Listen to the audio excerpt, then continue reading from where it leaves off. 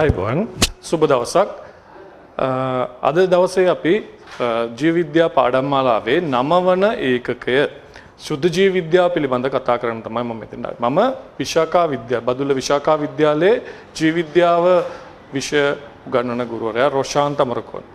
එනම් දුවේ පුතේ අපි අද දවසේ අපි කතා කරමු 9 වෙනි ඒකකයේ සුද්ධ ජීව විද්‍යාව පාඩම යටතේ තියෙන මාතෘකාවක්. සුද්ධ ජීව විද්‍යාවේ ප්‍රධාන වශයෙන් මම මූලික ඔබට හඳුන්වලා දෙන්නම්.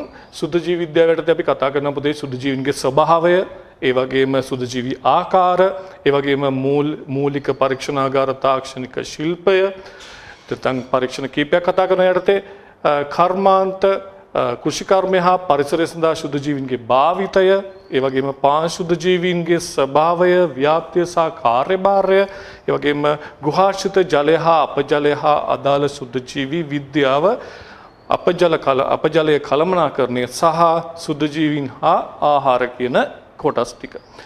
ඒ වගේ විෂය ඒකක මේ 9 වෙනි ඒකකයේ සමන්විත වෙන මෙන්න මේ ප්‍රධාන මාතෘකාවලින් අපි නම් අද දවසේ පුතේ අපි කතා කරමු සුද්ධ ජීවීන්ගේ ස්වභාවය කියන මාතෘකාව. එහෙනම් අපි මුලින්ම එහෙනම් ඔයාලා දැනගන්න ඕන දරුවනේ සුද්ධ ජීවියෙක් කියන්නේ කවුද? එහෙනම් සුද්ධ ජීවි විද්‍යාව කියන්නේ මොකක්ද? කියන දේ තමයි අපි ඉස්සල්ලාම ඔබට හඳුන්වලා දෙන්නේ. එහෙනම් දරුවනේ සුද්ධ ජීවි විද්‍යාව කියන වචනේ අපිට තියෙනවා අතරම මේ වාක්‍යයේ තියෙනවා වචන දෙකක්. ඒ සුද්ධ ජීවීය නැත්නම් විද්‍යාව. ඒතර සුද්ධ ජීවීන් කියලා කියන්නේ ඇත්තටම ඇසට පෙනෙන්නේ නැති. එහෙම නැත්නම් ඒකයිකේක විදිහට පැහැදිලිව පියවියසකින් නිරීක්ෂණය කරන්න බැරි. එහෙම නැත්නම් දුෂ්‍යාධාරයක් නොමැතිව අපිට නිරීක්ෂණය කළ නොහැකි ජීවි. හරි මෙතෙන්දී විද්‍යාව කියලා අපි පොදුවේ හඳුන්වන්නේ මේ සුද්ධ ජීවීන් පිළිබඳව සිද්ධ කරන ක්‍රමානුකූල අධ්‍යයනයක්. ක්‍රමානුකූල අධ්‍යයනයක් අපි මේ අද දවසේ ඉඳන් පටන් ගන්න සුද්ධ ජීවීන් ගැන. එතකොට සුද්ධ ජීව විද්‍යාව පාඩමේ මේ ඒකකේ මූලින්ම අපි අඳුනා ගන්න ඕන කවුද මෙහෙනම් මේ ඇහැට පේන්නේ නැති ජීවි කණ්ඩායම් කියලා. එහෙනම් ඇහැට පේන්නේ නැති දුෂ්‍යාධාරකයක් අවශ්‍ය. කවුද මේ දුෂ්‍යාධාරකය? දුෂ්‍යාධාරකය තමයි දරුවනේ අන්වීක්ෂ. අන්වීක්ෂයක් අපි දන්නවා ඇන්ටන් වෑන් ලීවන්හුක් කියන විද්‍යාඥයා අපි ඉගෙනගෙන තියෙන දෙවනි පාඩම යටතේදී ඇන්ටන් වෑන් ලීවන්හුක් කියන විද්‍යාඥයා ආලෝක අන්වීක්ෂයක් ප්‍රථම වරට නිපදවනවා ඇහැට පේන්නේ නැති ජීවීන් හඳුනා ගැනීම උදෙසා. හරි. එතෙන්දී පොකුණු ජලයේ පරීක්ෂා කරපුවාම අපිට ඒ ඇන්ටන් වෑන් ලීවන්හුක් දකිනවා බැක්ටීරියාවන් මුලින්ම හඳුනා ගන්නවා. හරි. ඉතින් පටන් තමයි අපි දන්නවා මිනිස් ඇසේ විභේදන බලය මිලිමීටර් 0.1යි. ඊට වඩා ලක්ෂ දෙකක් එකිනෙකින් වෙන් කරලා අඳුනගන්න තිබිය යුතු අවම දුර විභේදන බලය 0.1යි. හරි මිලිමීටර්. ඒතර ඊට වඩා කුඩා ජීවීන් තමයි අපි මෙහෙනම් මෙතෙන්දී කතා කරන්න සූදානම් වෙන්නේ. එහෙනම් අන්වීක්ෂ, ආලෝක අන්වීක්ෂ, ඉලෙක්ට්‍රෝන අන්වීක්ෂ මේ අපි අද දවසේ කතා කරන සුද්ධ ජීවීන් හඳුනා ගන්න පාවිච්චි කරනවා. එහෙනම් මම අර ඉස්සෙල්ලා කිව්වා වගේ සුද්ධ ජීවියෙක් කියන්නේ මොකක්ද කියලා හවොත් එහෙනම් අපිට කියන්න තියෙන්නේ ඒකයිකයෙකු ලෙස පැහැදිලිව. නැත්නම් අපි කියන ජීවියෙකු ලෙස. ඒකයිකයා කියලා කියන ජීවියා. ඒතකොට ජීවියෙකු ලෙස පැහැදිලිව පියවැසින් නිරීක්ෂණය කරන්න කල නොහැකි. එහෙම නැත්නම් දුෂ්‍යාධාර නොමැතිව නොපෙනෙන කුඩා ජීවීන්. හරි. එහෙනම් අපි යමු මේ ජීවීන් කවුද කියලා බලන්න. එහෙනම් ඔයාලා දන්නවා බැක්ටීරියාවන්, ආකියාවන්. මොකද අපි දෙවන පාඩමේ ප්‍රාග්න්‍යෂ්ටික සෛල සංවිධානය කියන කොටසේදී මතක ඇති ඔයාලට බැක්ටීරියා ගැන අපි කතා කරා. ඒ වගේම ආකියා තුන්වෙනි පාඩමේදී කතා කරා. මම මෙතෙන්දී ඔයාලට උත්සාහ කරනවා මුලින් අපි මේ විෂය නිර්දේශය යටතේ කතා කරපු පාඩම් වල ඔබ දැනටම හදාarලා තියෙන සීමා අපි මෙතෙන්දී සමහර දේවල් අපිට නැවත කතා කරන්න වෙනවා. බැක්ටීරියාව කියන්නේ අපි බැක්ටීරියාවන්ගේ පොදු ලක්ෂණ අපි ඔයාලා කතා කරලා තියෙන දෙවෙනි එකක යටතේ. ආකියා තුන්වෙනි එකක යටතේ කතා කරපු ජීවියෙක්. ඒත් එක්කම තුන්වෙනි මේ සයනොබැක්ටීරියා කියන සුද්ධ ජීවී ආකාරය ගැන අපි කතා කරනවා. ඊට අමතරව දිලීර. හරි. එහෙම නැත්නම් ඊස්ට් උදාහරණයක් අපි කතා කරන සැක්‍රොමයිසිස් සර්විසිය කියන කෙනා පූස් වර්ග. ඒ වගේ සූත්‍රිකා ජාලයකින් සමන්විත දිලීර. ඒ වගේම ප්‍රොටිස්ටා සමහරවල්. ඔයාලා දන්නවා තුන්වෙනි රාජධානිය විදිහට හඳුන්වා දීපු අර්නස්ට් හේකල් කියන විද්‍යාඥයා හඳුන්වා දීපු ප්‍රොටිස්ටා රාජධානියේ අඩංගු කරන්න පුතේ වෙනත් වංශවලට අඩංගු කරන්න බැරි ජීවීන් කණ්ඩායමක්. ඒ ප්‍රොටිස්ට් ඒ කියන්නේ වංශ ප්‍රවේණිය නැත්නම් හරි පරිණාමික බඳුතා පැහැදිලි කරන්න බැරි ජීවීන් කණ්ඩායමක් තමයි මෙන්න මේ කට්ටියට මේ ප්‍රොටිස්ටාවන් යටතට ඇතුළත් කරලා තියෙන්නේ. ඒ ප්‍රොටිස්ටාවන් විදිහට අපි පොදුවේ සලකනවා පුතේ සුදු ජීවීන් කාණ්ඩ යටතට පැරමීසියම්, ඒ වගේම ඇමීබා, ට්‍රිපනොසෝමා, යුග්ලිනා, ඒ වගේ කියන කණ්ඩායම්, ඒ වගේම අපි කතා කරනවා පුතේ ඩයටම වගේ කණ්ඩායම්, ඒ වගේම සමහර හරිතැල්ගාවන් ආකාර මේ ප්‍රොටිස්ටා යටතේ අපි සුදු ජීවීන් යටතට කතා කරනවා. හරි. ඒ වගේම මයිකෝප්ලාස්මාවන් හා පයිටෝප්ලාස්මාවන් අලුත් කොටසක්. ඇත්තටම මයිකෝප්ලාස්මාවන් හා පයිටෝප්ලාස්මාවන් කියලා කියන්නේ අපි පොදුවේ කියන මොලිකියුට්ස්ලා කියලා. කවුද? මොලිකියුට්ස්ලා. එතකොට මයිකෝප්ලාස්මාවන් කියලා කියන කට්ටිය සතුන්ගේ ඉන්න ප්‍රාග්න්‍යෂ්ටික ජීවී ආකාරය. පයිටෝප්ලාස්මාවන් කියලා කියන්නේ ශාක තුල ඉන්න ව්‍යාජන කෙන විදිහට හැසිරෙන, පයිටෝප්ලාස්මාවන් කියන්නේ ශාක තුල ඉන්න ප්‍රාග්න්‍යෂ්ටික ආකාරයක්. ඒ වගේම මේ අපි කතා කරපු 1 2 3 4 5 6 දෙනාම එක්කෝ ශූන්‍යෂ්ටික එහෙම නැත්නම් ප්‍රාග්න්‍යෂ්ටික සෛල සංවිධාන වලට අයිති කට්ටිය. ඒ වගේම අපි ඊළඟට අපි කතා කරන තව 3 දෙනෙක් ඔබට දක්වලා තියෙනවා වෛරස්, වෛරොයිඩ, ප්‍රියෝන. මේ වෛරසයක් කියන එක මේ දවස්වල ඔබට හොඳටම දැනෙන දෙයක්. මොකද අපි COVID-19 කියන හරි රෝගය ගැන නැත්නම් කොරෝනා වෛරස් එක ගැන මේ දවස්වල නිරන්තරයෙන් කතා කරනවා. ඒතර වෛරස ආකාර ගැන කතා කරනවා. ප්‍රෝටීන සහ න්‍යෂ්ටික අම්ල වලින් එක්ක DNA එක්ක RNA වලින් සමන්විත වෛරස ගැන අපි කතා කරනවා. ඒ වගේම වෛරොයිඩ ගැන අපි විශේෂයෙන් දීර්ඝව කතා කරන්නේ නැහැ. මම මෙතනදී හඳුන්වා දීමක් කරන සුද්ධ ජීවි කාණ්ඩයක් විදිහට අපි අනාගතයේදී අධ්‍යයනය කරයි ඉදිරියේදී වෛරොයිඩයක් කියලා කියන අතරම RNA විශේෂණ වෙච්ච RNA අංශු. එතකොට ප්‍රියෝන ප්‍රෝටීනමය ආසාදක අංශු ඒ කාණ්ඩය ගැන අපි කතා කරනවා මේ සුද්ධ ජීවි විද්‍යාව යටතේ. එහෙනම් අපි බලමු මේ සුද්ධ ජීවීන්.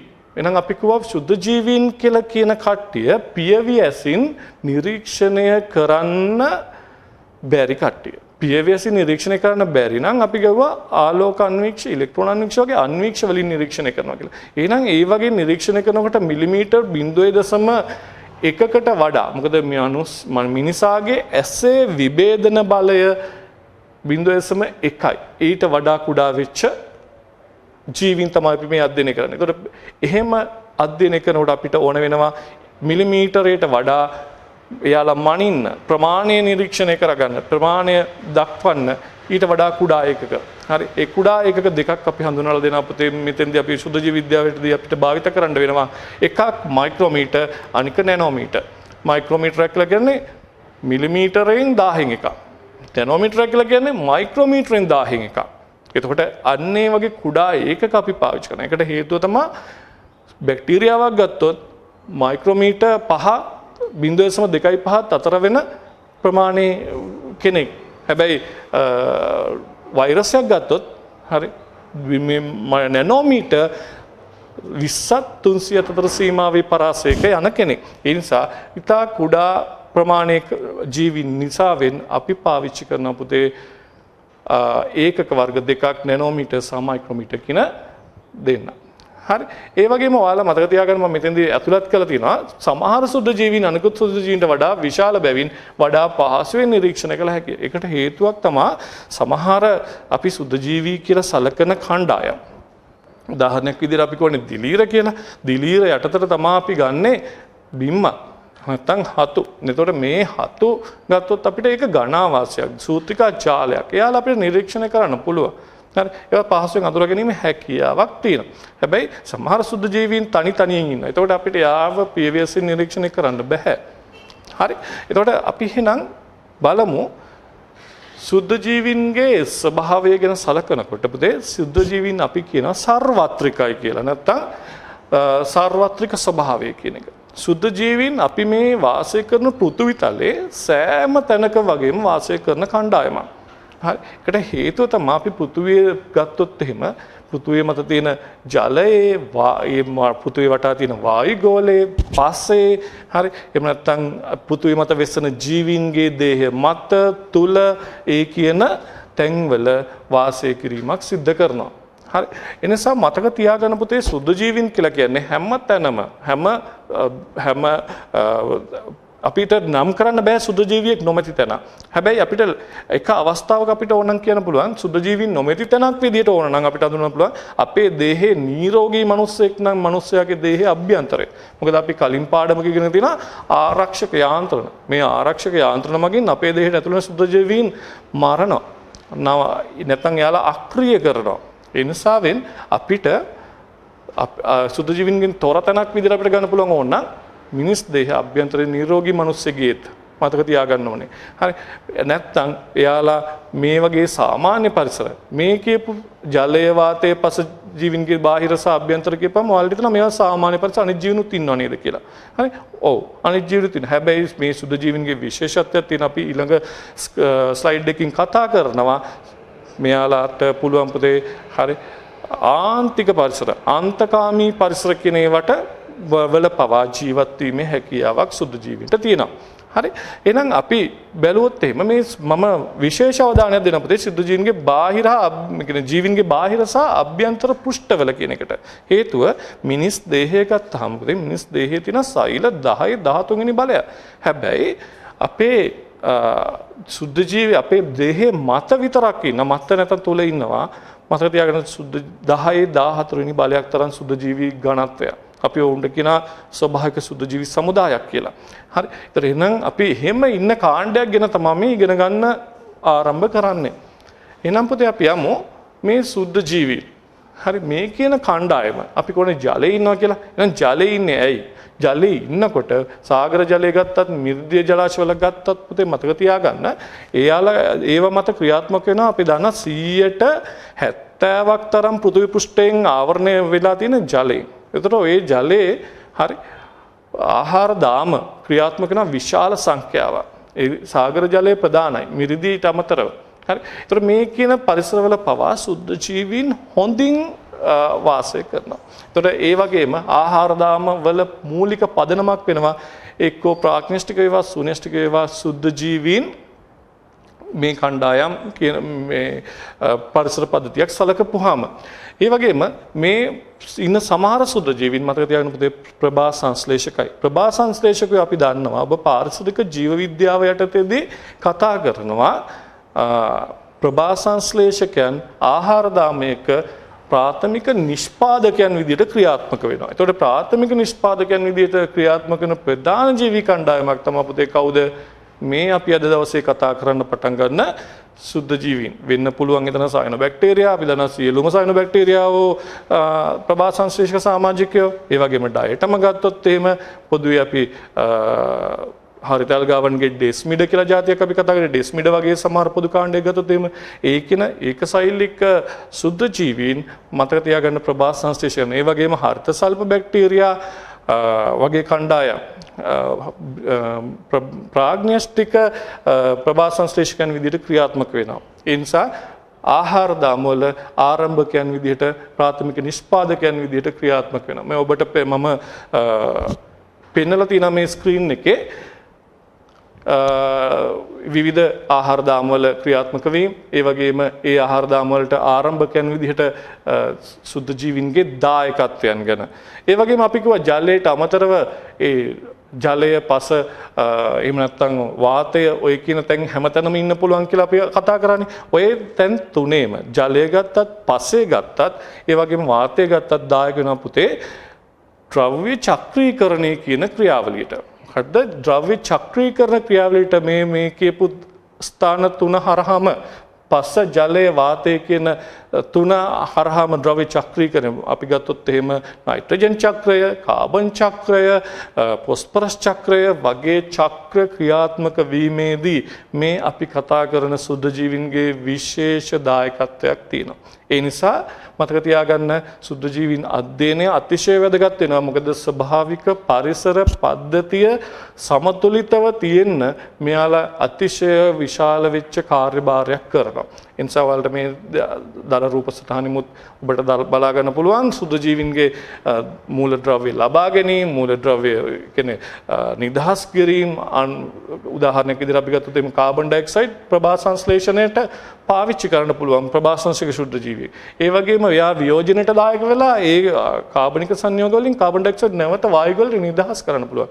කාබන් චක්‍රයට දක්වන දායකත්වය. හරි. ඒ වගේ ශුද්ධ ජීවීන් හරි ප්‍රධාන වශයෙන් අපි පොදුවේ කියන වියෝජකයන් කියලා හරි ඒ වගේ කණ්ඩායම් අපි අධ්‍යයනය කරනවා. එහෙනම් අපි ගමු අපි කිව්වා තව දුරටත් වාතයේ අතිශය බහුලව ඉන්න පුළුවන් කියලා. උදාහරණයක් විදිහට අපි ජෛව එයරසෝල. මොකද වාතයේ ඉන්නේ බිඳිති විදිහට. ඒ බිඳිති වල සුද්ධ ජීවීන් අඩංගු වෙලා ඉන්න පුළුවන්. සුද්ධ ජීවීන් බිඳිති වල අඩංගු වෙලා යම් දුරක් ගමන් කරලා නැවත අවක්ෂේපණය වෙන්න පුළුවන්. නැත්නම් අවලම්බණය වෙලා ගිහින් වැටිලා තැම්පත් වෙන්න පුළුවන්. එතකොට අපි ඒවට කියන ජෛව එයරසෝල් නැත්නම් වාතිලන කියලා. දැන් උදාහරණයක් මේ දවස්වල ඔබට කතා කරන කොරෝනා වෛරස් එක. හරි. නැත්නම් අපි කියනවා COVID-19 රෝගයට අදාළ වෙන වෛරස් එක. හරි. අපිට කියනවා මීටරයක දුරකින් ඉන්න කියලා. මොකද හේතුව ප්‍රධාන වාහකයා විදිහට නැත්නම් මාධ්‍ය සුද්ධ ජීවියා ගමන් කරන මාධ්‍ය විදිහට වෙන්නේ බිඳිති. අපිට කියනවා මුඛ ආවරණයක් පළඳින්න කියලා. ඒකට හේතුව බිඳිති හරහා තමයි මේ සුද්ධ ජීවීන් ගමන් කරන්නේ. අපිට මේ අපි පටන් ගන්න පුතේ අතරම කාලීන මාතෘකාව. හරි සුද්ධ ජීවීන් තනිකර මුළු පරිසර පද්ධතියම නැත්නම් අපි කියන මුළු පෘථිවි තලයම වෙනස් කරන්න තරම් බලපෑමක් කරපු අවස්ථාවක තමයි අපි මේ ඔබව සම්බන්ධ කරගෙන මේ පාඩම තුල අපි සැරිසරන්නේ. එහෙනම් උදාහරණයක් මේ දීලා තියෙන රූප සටහන බලන්න චුට්ටක් ඔයාලා නේද? එයාලගේ කිවිසීමකින් ඒ වගේම අපි කතා මේ කැස්සකින් නේද කතා කරනකොට කෙල බිඳිති විදියට නැත්නම් ඒ බිඳිති වලින් යම් කිසි දුරක් උදාහරණයක් මම දාලා තියෙන ඉබෝලා වෛරසය සරම්ප වෛරසය නේ ඒ වගේ විවිධ වෛරස් වර්ග කොහොමද වාතය ඔස්සේ පැතිරෙන්නේ කියලා. ඒ නිසා ව්‍යාධිජනක ජෛව එයරසෝල රෝග ව්‍යාප්තියට ආධාර කරයි. මේ දවස්වල අපිට හොඳම උදාහරණ සපයන දවස් ටිකක් වෙනවා. මොකද කොරෝනා වෛරසයෙන් අපි ලෝවම තැති අරගෙන තියෙන වෙලාව හරි ඒ වෙලාවේදී එහෙනම් මේ කුඩා අංශුව ගමන් කරන්න ප්‍රධාන මාධ්‍ය වෙලා තියෙන්නේ අපි මේ කතා කරන සුද්ධ ජීවීන් ඉන්න වාතය කියන මාධ්‍ය කරගෙන. හරි. එහෙනම් අපි යමු ඉදිරියට අපි කිව්වා ඊට අමතරව සතුන් තුල සහ ශාක තුල හරි මිනිසා තුල ඉන්න පුළුවන් කියලා. උදාහරණයක් සතුන් තුල ශාක තුල සුද්ධ ජීවීන් සුළු ප්‍රමාණයක් පමණක් ව්‍යාධිජනකයන් වෙන්න පුළුවන්. සමහරව ඉන්න පුතේ උදාහරණයක් ගත්තොත් එimhe අපේ දේහයේ ආහාර මාර්ගය ආශ්‍රිතව අපි කිව්වොත් සුද්ධ ජීවීන් වාසය කරනවා අපේ මහාන්ත්‍රය ආශ්‍රිතව. හරි. හැබැයි ඒ සුද්ධ ජීවීන් වාසය කරාට එයාලගෙන් අපිට කිසිදු බාධාවක් නැහැ. එයාලා සහභෝජී විදිහට ජීවත් වෙනවා. හරි. උදාහරණයක් අපි කියමුකෝ ඔයාලට මතක නම් පෝෂණයේ පාඩමේදී එස්චරිචියා කෝලි එයා විටමින් K, විටමින් B12 වගේ විටමින් නිපදවල දෙනවා. විටමින් විටමින් B සංකීර්ණයේ විටමින නිපදවල දෙනවා. හරි. හැබැයි අපිට බාධාවක් නැහැ ආහාර මාර්ගය තුල එයා සහභෝජීව වෙස්සෙනවා. ඒ වගේම අපේ සමමත ඉන්නවා. හරි. ඒ වගේම ස්ත්‍රියගේ ගත යෝනි මාර්ගය ආශ්‍රිතව ලැක්ටෝබැසිලස් කියන බැක්ටීරියාව වෙස්සෙනවා. එයාලා ව්‍යාජනක සුද්ධ ජීවීන් ඇතුළු වීම වළක්වන්න ආම්ලික මාධ්‍යයක් හදලා දෙනවා නැත්නම් ලැක්ටික් අම්ලය නිපදවලා දෙනවා. වළක්වලා ආරක්ෂක යාන්ත්‍රණයක් විදිහට ක්‍රියාත්මක වෙනවා. හරි. ඒ නිසා හැබැයි සමහරක් විතරක් ඒ අතරින් අපේ ස්වභාවික ආරක්ෂක පද්ධතිය බිඳගෙන අපේ දේහයට ඇතුල් වෙලා ව්‍යාධිජනකයන් විදිහට ක්‍රියාත්මක වෙන්න පුළුවන්. හරි. ඒ වගේම මම මෙතන පෙන්නලා තියෙන රූපසටහන් දෙකකින් ඔයාලා බලන්නකෝ. මේ තියෙන කොරෝනා වෛරස් එක අපේ බෝ වෙන විදිහ ඒ වගේම ප්‍රධාන වශයෙන් අපේ ශ්වසන පද්ධතියට නියුමෝනියා තත්ත්වයක් ඇති කරනවා කියන අපේ හරි ශ්වසන පද්ධතියට හානි කරන ආකාරය ඒක වළක්වා ගන්න ඕන විදි. හරි. ඒ වගේම එනම් මිනිසට ඇති වෙන අවස්ථාවක් වෛරස් රෝග මිනිසට වෙන්න පුළුවන් වෙනස් සතුන්ට ඇති වෙන්න පුළුවන්. සුද්ධ ජීවීන් එකම එක්කෙනා වෛරස් නෙවෙයිනේ නේ වෙනත් අපි උදාහරණයක් ලාදුරු කියලා ගත්තොත් නේද විවිධ ඒටස් අපි සිපිලිස් කියලා ගත්තොත් නේද අපි අපේ පාඩම් වල තියෙනම රෝග ටිකක් අපි සලකන්නකෝ නියුමෝනියාව ශ්වසනයේ පාඩම ගන්න පස්වෙනි පාඩමේ. එතකොට නියුමෝනියාවට ඊට පස්සේ අපි ගත්තොත් එහෙම ෂෙයර් රෝගය, හරි මයිකෝබැක්ටීරියම් ටියුබර්කියුලෝසිස් කියන සුද්ධ ජීවියා නේ ඒ බැක්ටීරියාවක්. ඒතකොට අපි මේ දවස්වල කතා කරන කොරෝනා වෛරස් එක නේ සතුන් මේ මිනිසුන්ට ඇති වෙන්න පුළුවන් අවස්ථා. ඒ වගේම මේ ශාක වලට මේ වලට පේන මේ කොළ කහ වෙලා වෛරස් රෝගී තත්ත්වයක්. හරි. ඒතකොට ඒ වෛරස් රෝගී තත්ත්වයකින් බලපෑම් කරලා තියෙනවා. හරි. ඊළඟ සුද්ධ ජීවීන් සමහර අවස්ථාවලදී ව්‍යාජනකයන් විදිහට හැසිරෙන්න පුළුවන්. හරි. එහෙනම් අපි යමු මේ සුද්ධ ජීවීන් විවිධ වාසස්ථානවල ජීවත් වෙනවා කියන මිනිසා ගත්තොත් එහෙම පුතේ සුද්ධ ජීවීන් බහුතරය වාසිදායක හෝ හානිකර නොවේති. හරි. ඒතකොට සමහර සුද්ධ ජීවීන් ඉන්න කිසි බාධාවක් නැහැ අපිට. හරි. හැබැයි සමහර සුද්ධ ජීවීන් ඉන්න අපිට දේහේ ආරක්ෂක යන්ත්‍රය බිඳගෙන ඇතුළට වෙලා හරි අපිට හානි පමුණවන්න පුළුවන් ආකාරයේ. සමහර කට්ටිය එහෙම කරන්නේ අපිට ආරක්ෂක යන්ත්‍රණයට යටත් වෙනවා. ඒ වගේම අපි අර මම ඉස්සෙල්ලා කිව්වා අපි මුඛ කුහරය ගත්තොත් එහෙම මෞතලිංගික මාර්ගය ගත්තොත් එහෙම සම ගත්තොත් එහෙම නේද? ඒ වගේම ආහාර මාර්ගය ගත්තොත් එහෙම මිනිසාගේ වේවා අපිට සුද්ධ ජීවීන්ගේ ඝනාවාසය අඳුර ගන්න පුළුවන්. හරි. අපි කිව්වා මේ පොදුවේ අපි දැන් සලකපු කණ්ඩායම්නේ. එහෙනම් අපි වෛරස් ගත්තොත් එහෙම සියලුම වෛරස් ගත්තොත් එහෙම මතක තියාගන්න යාළ පරපෝෂිතයන්. හරි පූර්ණ පරපෝෂී ජීවි කණ්ඩායම නැත්නම් සුද්ධ ජීවි කණ්ඩායම. ඒ නිසා ශාකවලට වේවා සතුන්ට හෝ වේවා නැත්නම් මිනිසාට වේවා එයාලට අනිවාර්යයෙන්ම හානි කරනවා. ජීවි සෛල එයාලගේ සංශ්ලේෂණ කටයුතු සඳහා යොදා ගන්නවා. ජීවි සෛල ජාරණය කරනවා. ඊට පස්සේ ජාරණ චක්‍රය මේ යටතේ මම ඔයාලට කතා කරන ඊළඟ පාඩමේදී. මෙතන ඔයාලට පෙන්නලා තියෙනවා මම ශාකයකට අනිවාර්යයෙන්ම හානි කරොත් එහෙම අපි ඉස්සලා කෙසෙල් ශාකයට දැක්කා. එයාගේ අස්වැන්න අඩු කරන විවිධ වෛරස් රෝග ගණනාවක් අපි අඳුනගෙන තියෙනවා. හරි. ඒ වගේම මේ ඔයාලට පෙන්වන මිනිහාගේ දේහය ආශ්‍රිතව ක්‍රියාත්මක වෙන්න පුළුවන් වෛරස් රෝග. ඒතර හැම අවස්ථාවකම මතක තියාගන්න පුතේ වෛරස්යක් නම් අනිවාර්යෙන් යාලා පූර්ණ පරපෝෂී අනිවාර්යයෙන්ම ධාරකයට හානි කරනවා. හරි. ඒ නිසා අතිශය වැදගත්. මේ දවස්වල අපි කතා කරන මරණයටපත් වෙන්නේ කොරෝනා රෝගයෙන් වෛරසය අපිට හානි කරන නිසාවෙන්. ඊළඟට අපි යමු මම ඉස්සලා කිව්වා සාමාන්‍ය පරිසර ජලය ගත්තොත්, පස ගත්තොත්, වාතය ගත්තොත්, හරි. ඒ වගේ තැන්වල සාමාන්‍ය පරිසර. හැබැයි ඊට එහා ගිය අන්තකාමී පරිසර නැත්නම් ආන්තික පරිසර කියලා අපි කියනවා. හරි. එහෙම පරිසරවල පවා සුද්ධ ජීවීන් වාසය කරන්න පුළුවන්. හරි. එහෙනම් බලන සමහර සුද්ධ ජීවීන් අනෙකුත් ජීවීන්ට මාරාන්තිකව ජීවත් වීමට නුසුදුසු පරිසරවල වාසය කරනවා. ඒව තමයි අපි කියුවේ මොනවද? ආන්තික පරිසර. එහෙම නැත්නම් ආන්තකාමී පරිසර කියලා. හරි. එක්ස්ට්‍රීමෝෆයිල්ස්. එතකොට ඒව විදිහට අපි සලකන පුතේ පෘථිවි කබොල පෘථිවි අභ්‍යන්තරය අධික උෂ්ණත්වයකට යටතේ පවා ඉහළ පීඩන සහිත ගැඹුරු මුහුදේ ඒ වගේම උච්ච ආම්ලික හා උච්ච භාෂ්මික ඒ කියන්නේ pH අගේ 1 pH අගේ 14 වගේ වෙච්ච උච්ච ආම්ලික pH අගේ 1 1.5 වගේ ඉතා ආම්ලික පරිසරවල පවා ජීවත් වෙනවා. ඒ වගේම pH 14 13 වගේ වෙච්ච භාෂ්මික පරිසරවල පවා ජීවත් වෙනවා. ඒ වගේම තාප මංකඩ විවර අපි තුන්වෙනි පාඩමේ ඉගෙන ගන්නවා හයිඩ්‍රෝතර්මල් වෙන්ට්ස් කියලා જાතියක්. ජල තාප මංකඩ විවර. මොනවද? ජල තාප මංකඩ විවර. අන්න ඒ ආශ්‍රිතව අධික තාපයක්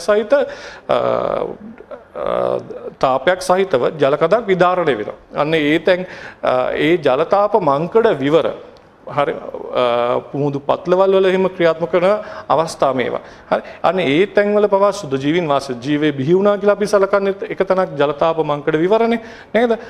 එහෙනම් මිදුණු මුහුදු ජලය ඒ කියන්නේ අයිස් බවට පත් වෙලා ඒ තැන්වල පවා සුද්ධ ජීවීන් ක්‍රියාත්මක වෙනවා.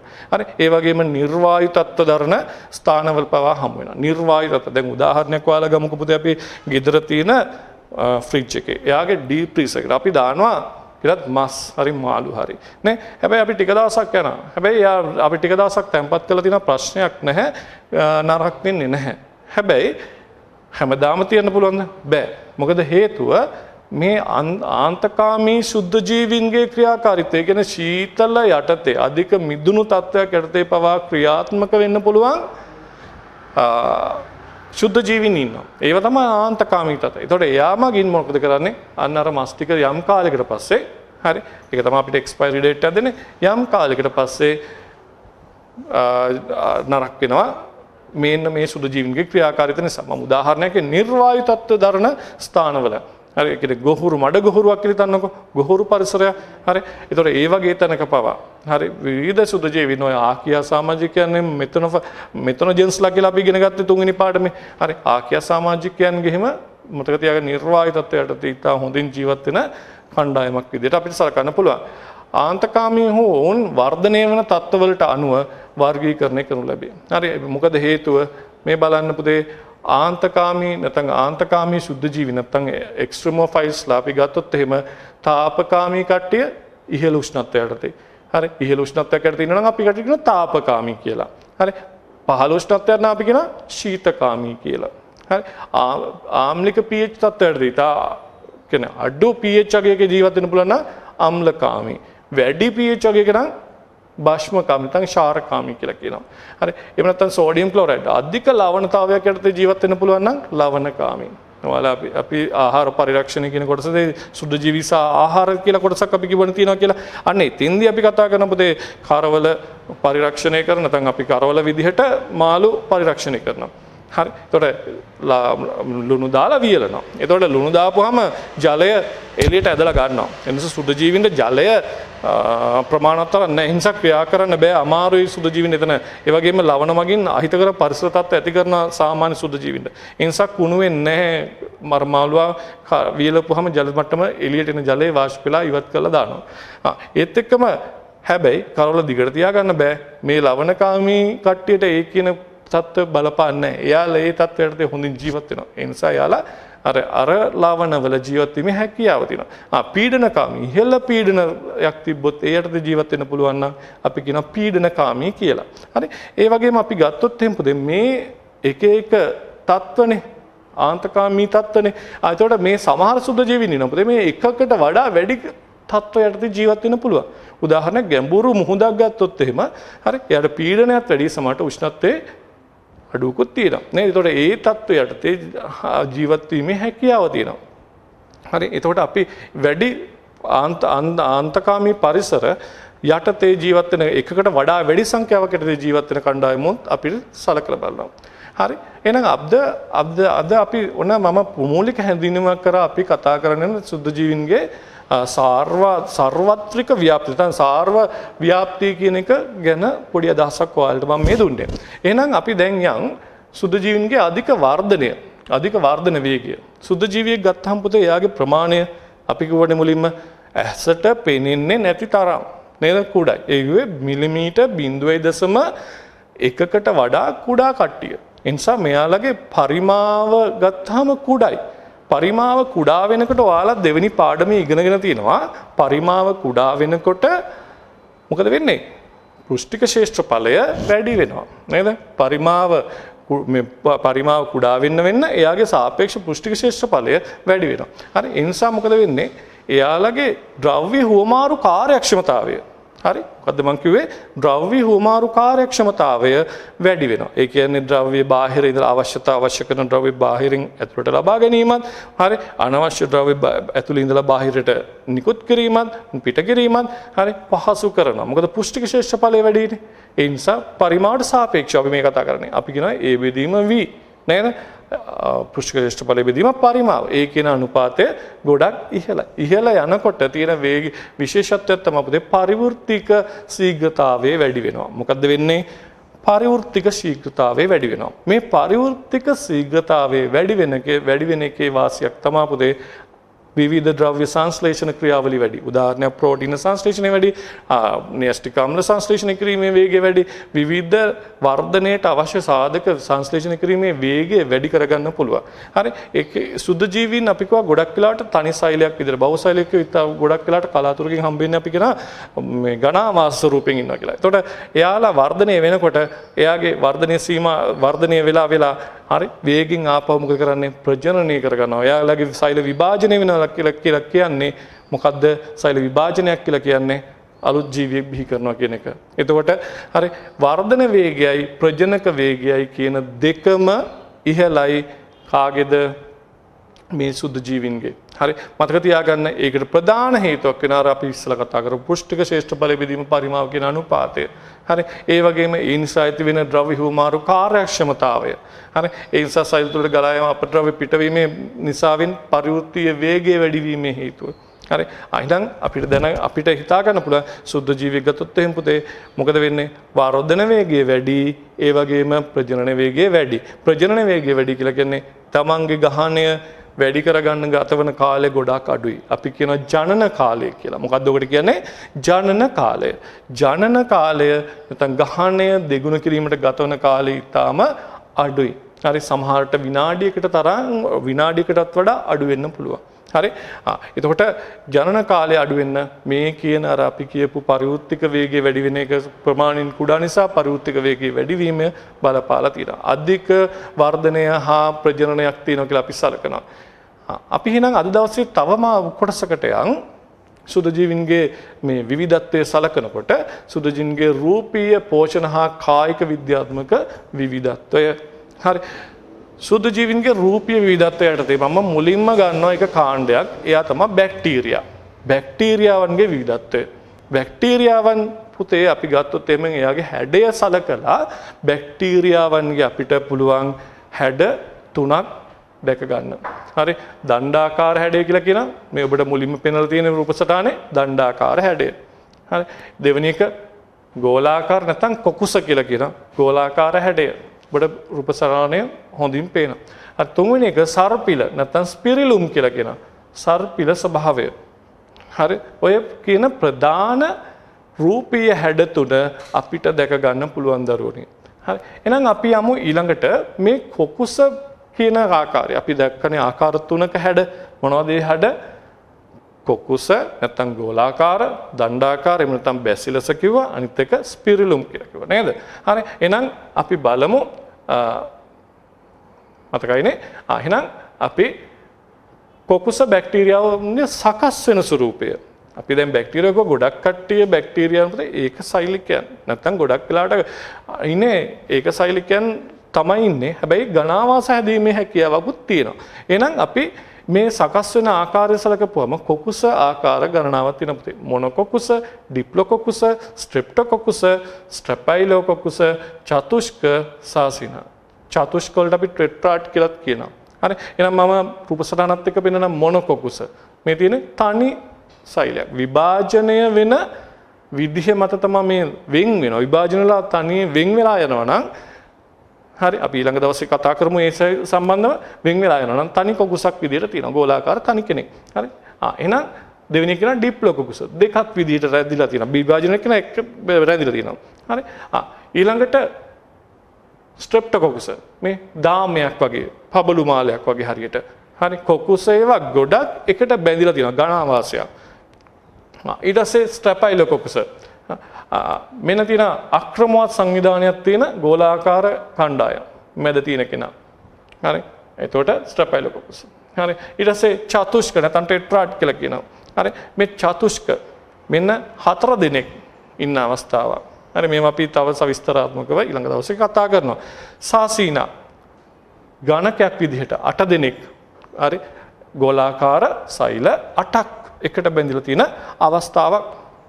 හරි එහෙනම් අපි මොනොකොකුස, ඩිප්ලොකොකුස, ස්ට්‍රෙප්ටොකොකුස, ස්ටැපිලොකොකුස, චතුෂ්ක, සාසීනා කියන අවස්ථා ටික අපි අඳුනගත්තා. එහෙනම් අපි යමු බැසිලස් බැක්ටීරියා සකස් වන ආකාර.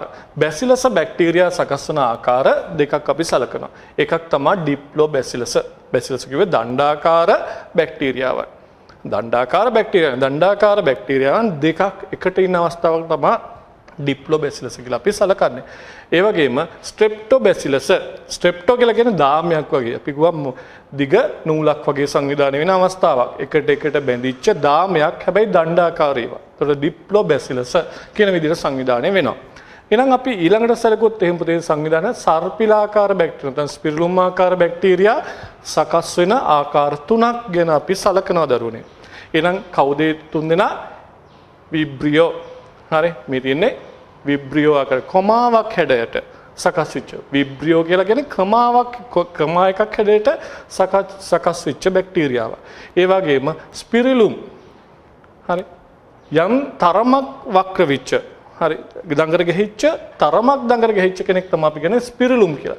ස්පයිරොකීටා කියලා නැත්නම් ස්පයිරොකීට් කියලා කියනවා අපි වඩා තදින් දඟර ගැසිච්ච කෙනෙකුට අපි කියනවා ස්පයිරොකීට් එකක් කියලා. හරි. ඒකට ඒ විදිහට සංවිධානය වෙච්ච සර්පිලාකාර බැක්ටීරියා සංවිධානය වීම තුනක් ගැන අපි සකසන ආකාර තුනක් ගැන කතා කරනවා. ඔය ටික තමයි අපි කතා කරන්නේ සකස් වීම නැත්නම් රූපීය හැඩ සහ සකස් වීම ගැන බැක්ටීරියාවන්ගේ. ඊළඟ කණ්ඩායම කවුද? සයනොබැක්ටීරියා. සයනොබැක්ටීරියාවන්ගේ හැඩය හා සංවිධානය අපි සලකනකොට පුතේ ඔයාලට දෙවෙනි එකකේදී මතක ඇති යම් දෙවෙනි එකකේ සහ තුන්වෙනි එකකේ යම් මතකයක් ඔබට අවදි වෙනවා නම් සයනොබැක්ටීරියාවේ ඒකසෛලිකයෝ ඒ වගේම ගණාවාසී ස්වරූප වලින් ඉන්න පුළුවන්. හරි. එතකොට විශාල විවිධත්වයක් තියෙන සමාජිකයන්. ප්‍රභා සංශ්ලේෂකයන් වෙන සමාජීය ප්‍රාග්නොස්ටික සමාජිකයන්. එතකොට ඒ සම්බන්ධව අපි දීර්ඝ ඊළඟට කතා කරමු.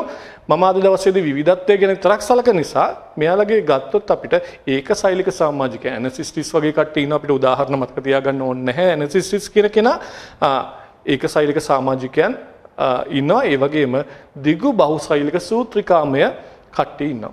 හරි. දිගු බහුසෛලික සූත්‍රිකාමය ආකාර අපිට සලකන්න පුළුවන්. එතකොට බහුසෛලික සයනොබැක්ටීරියා ගත්තොත් එහෙම. එතරම් බහුසෛලික සූත්‍රිකාමය කියන එක අපිට වෙනම සලකන්නත් පුළුවන්. බහුසෛලික කියලා සලකන්න ඒකසෛලික දිගු බහුසෛලික ආකාර.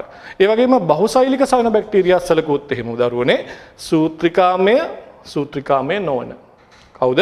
සූත්‍රිකාමය සහ සූත්‍රිකාමය නොවන කියලා අපිට ආපහු කාණ්ඩ දෙකකට සලකන්න පුළුවන්. උදාහරණයක් අපි නොස්ටොක් හරි ඒ වගේම ඇනබීනා ඒ වගේ කට්ටිය තමයි පුතේ සූත්‍රිකාමය සයනොබැක්ටීරියා විදියට ගන්න. ඔසිලටෝරියා ඒ වගේ කණ්ඩායම්. ඒ වගේම මේ සූත්‍රිකාමය නොවන ග්ලියෝකැප්සා මයික්‍රොසිස්ටිස් වගේ කණ්ඩායම්.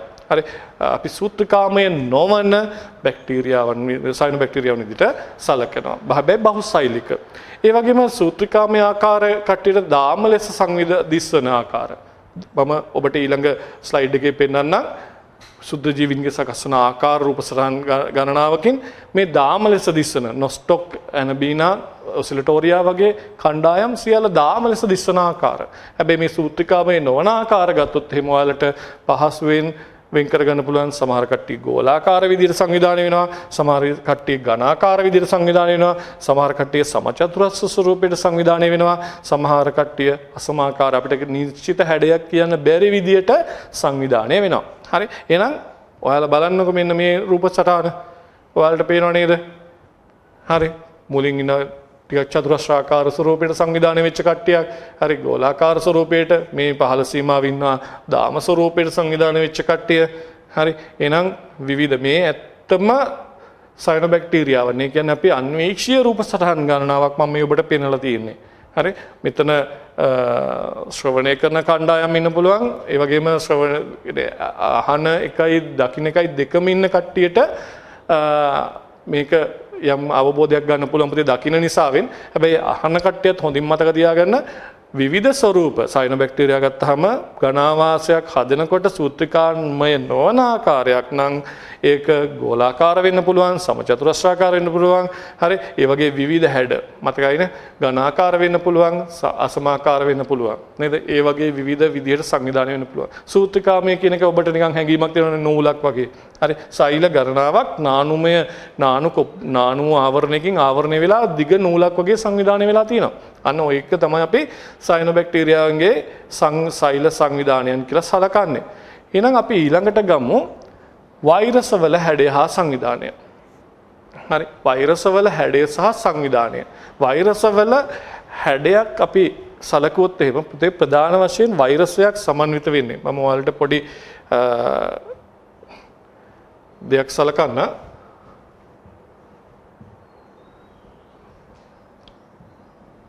වෛරසයක තියෙන දරුව මේ වගේ ප්‍රෝටීනමය කොපුවක්. හරි. මේකට අපි කියනවා කැප්සිඩය කියලා. ප්‍රෝටීනමය ඒකක වලින් කැප්සොමියරේ නැත්නම් අපි ප්‍රෝටීනමය ඒකක වලින් සංවිධානය වෙච්ච කොටසක් තියෙනවා. හරි. ඒ වගේම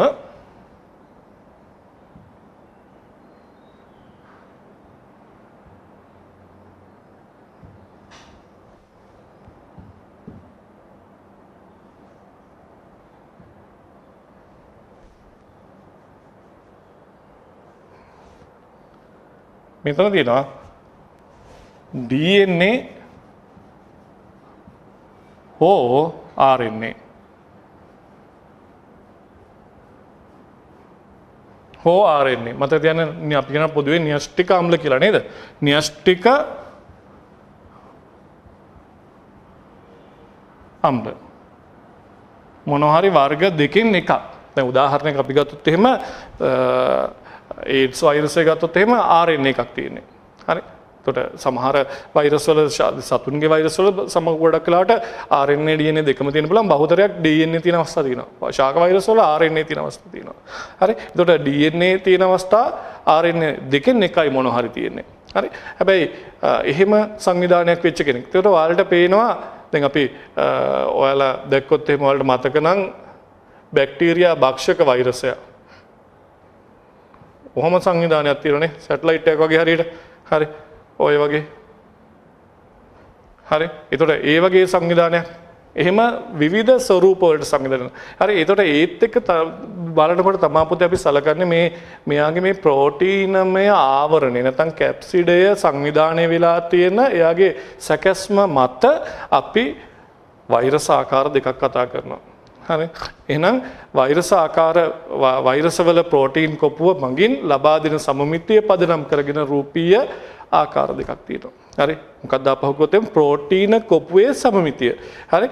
මෙතෙන්දී අයිකොසහෙඩ්‍රන් කියලා කියවන වඩා හොඳයි. අයිකොසහෙඩ්‍රල් කියලාත් අපි හඳුනනවා. අයිකොසහෙඩ්‍රන් කියලාත් හඳුනනවා. හරි. අයිකොසහෙඩ්‍රන් එන්. හරි. එහෙම නැත්නම් අයිකොසහෙඩ්‍රල් සිංහලෙන් ලියුවත් ප්‍රශ්නයක් නැහැ. ඒ වගේම හෙලිකල් හරි ඒ කියන්නේ සර්පිලාකාර ස්වරූපයට සංවිධානය වෙච්ච ප්‍රෝටීනමය කොපුවේ නැත්නම් ප්‍රෝටීනමය ආවරණයේ තියෙන සමමිතිය මත පදනම් වෙලා කොටස් දෙකක් ගැන කතා කරන පුතේ. අපි ඒවා දීර්ඝව කතා කරමු ඊළඟ කොටසේදී. එහෙනම් අපි හතරවෙනි කාණ්ඩයේ විදිහට අපි දිලීර සලකනවා. දිලීර කියන්නේ රාජධානියක්. මතක ඇතිනේ තුන්වෙනි පාඩම යටතේ අපි කතා කරපු ෆන්ගී කියන රාජධානිය නේද? එතකොට දිලීර රාජධානියේ අපි ගත්තොත් එයාගේ මෙයාලා සුදු ජීවී සියල්ල සුදු ජීවීන් කියලා අපි සලකන්නේ. හැබැයි ඒ දිලීර ශූන්‍යෂ්ටික සමාජිකයෝ හරි. එතකොට විෂම පෝෂික සමාජිකයන් වලට යම් පොඩි මතකයක් මතක් කරොත් එහෙම එතකොට දිලීර ගත්තොත් එහෙම එයාලගේ සංවිධානය විතරක් අද අපි සලකනවා.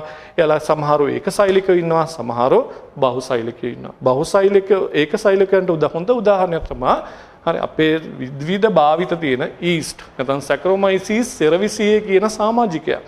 හරි සැක්‍රොමයිසිස් කියන සමාජිකයා. මේ තියෙන්නේ අංකුරණයට භාජනය වෙන ප්‍රජනන ක්‍රමයකදී අංකුරණයේ තියෙන සැක්‍රොමයිසිස්. හරි ඒ වගේම සමහරක් ඉන්නවා බහුසෛලිකයෝ. බහුසෛලික ආකාර විදියට තියෙනකොට පුතේ එයා හැදෙන සූත්‍රිකාවක්. පොඩි නූලක් වගේ හරි සංවිධානය වෙච්ච නාලාකාර සූත්‍රිකාමය දේහයක් දරන කට්ටිය. සියුම් නාලාකාර ශාකණීය වූ නූල් වැනි ගොනුවකින් අපි පොදුවේ කියන හයිපා එකක් කියලා. නැත්නම් හයිපේ කියලා කියනවා. හරි ඒ හයිපා ගණනාවක් නැත්නම් සූත්‍රිකා ගණනාවක් එකට ගත්තාම අපි කියනවා මයිසීලියම කියලා. මොකද්ද? මයිසීලියම. මේ මයිසීලියම අපි සැලකුවොත් එහෙම පුතේ මේ සූත්‍රිකා සැලකුවොත් එහෙම සමහර ඒවා හරස් ආවාර වලින් බෙදලා තියෙනවා. ඒ හරස් ආවාර වලින් බෙදලා තියෙන ඒවට අපි කියනවා සාවාර දිලීර සූත්‍රිකා කියලා. හරි හරස් ආවාර වලින් බෙදලා නැති ඒවට කියනවා නිරාවාර දිලීර සූත්‍රිකා කියලා. හරි නිරාවාර නැත්තම් ඔයාලා තුන්වෙනි පාඩමේදී මතකයක් තියෙනවා නම් මේවට තව නමක් අපි පාවිච්චි කරනවා සීනොසිටික් එහෙම නැත්නම් අපි කියන සංසෛලීය දිලීර සූත්‍රිකා. වඩා හොඳයි පාවිච්චි කරනවා සංසෛලීය දිලීර සූත්‍රිකා කියන එක. හරි එහෙනම් අපි ඔන්න ඔය කියන සංවිධාන දිලීර යටතේ නැත්නම් සංවිධානය වීම කතා කරන දිලීර යටතේ. අපි ඊළඟට සංවිධානය ගත්තොත් ඒ ප්‍රියෝන වල හැඩයා සංවිධානය විශේෂයෙන් අතරම ප්‍රියෝන කියලා කියන පොදුවේ සරලව සැඳුණුවොත් කුඩා ප්‍රෝටීනමය ආසාදක අංශුවක්. මේක අපිට කලින් පාස් පේපර්ස් වල පවා අහලා තියෙනවා. මේ ප්‍රියෝනයක් කියන්නේ කුමක්ද කියන එක මේන උත්තරේම මෙතන තියෙන ආසාදක අංශුව. ඉතින්දී මම මේක පෙන්වන්න පොඩි දෙයක් ගත්තේ සංවිධානය කියන අතරම ප්‍රෝටීන් කොටසක්නේ. ඇමයිනෝ අම්ල දාමයක්. හරි සකස් වීම. එහෙනම් ඇමයිනෝ අම්ල සංශ්ලේෂණය කරන්නේ වර්ණ දේහයක DNA අණුවක තියෙන ජානයක් ඉස්සරහා. ඔයාලට මතක නම් ඉන්ට්‍රෝන එක්ස්ට්‍රෝන මෙතන පෙන්වලා තියෙනවා මේ රූප සටහන තියෙන සමම ඔබට විස්තර කරන්න. ඒ එක්ස්ට්‍රෝනයක් නැත්නම් ජානයක ප්‍රෝටීන සංශ්ලේෂණය කරන්න ක්‍රියාත්මක වෙන කෙනෙක්ගෙන් හදාගන්න ඒ RNA අණුවක්. ඒකට කියන අපි mRNA කියලා. ඒ mRNA මගින් සංශ්ලේෂණය කරගන්න අපේ රයිබෝසෝම භාවිත කරලා tRNA වල සහභාගීත්වයෙන් ප්‍රෝටීන යක් නැත්නම් ඇමයිනෝ අම්ල දාමයක් ඇමයිනෝ අම්ල අණුපිළිවෙලක්. ඒකෙන් ඒ ඇමයිනෝ අම්ල අණුපිළිවෙල හරි ප්‍රියෝනයක් බවට පරිවර්තනය කරගන්නවා. මොකද හේතුව පුතේ හරි ප්‍රියෝනයක් කියන අංශුව මේ මනුස්සයාගේ වේවා නැත්නම් ගවයෙක්ගේ වේවා හරි අපි හිතමුකෝ ඒ ප්‍රියෝනේ ආසාදක අංශුව බවට පත් වෙන්නේ ඒ තියෙන ඒ අදාළ සතාගේ හෝ මනුෂ්‍යයාගේ තියෙන ප්‍රෝටීනයක්මයි ප්‍රියෝන අංශු බවට පරිවර්තනය කරගන්නේ. ඒ නිසා මෙන්න සාමාන්‍ය ප්‍රෝටීනය මෙන්න ප්‍රියෝනය බවට පත් කරපු ප්‍රෝටීනය. උදාහරණයක් විදිහට මේ ඔබට මම පෙන්නලා තියෙනවා. හරි. මෙතන ගවයන්ට වැළඳෙන ස්පොන්ජිෆෝම් එන්සෙෆලයිටිස් කියන එක.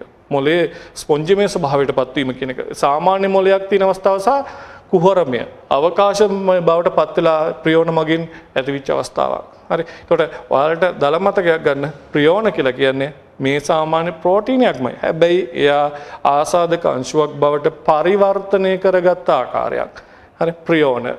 හරි. නිසා විශේෂ සංවිධානයක් අපි කතා කරන්නේ අවස්ථාව අනුකූලව කෙනාට අනුව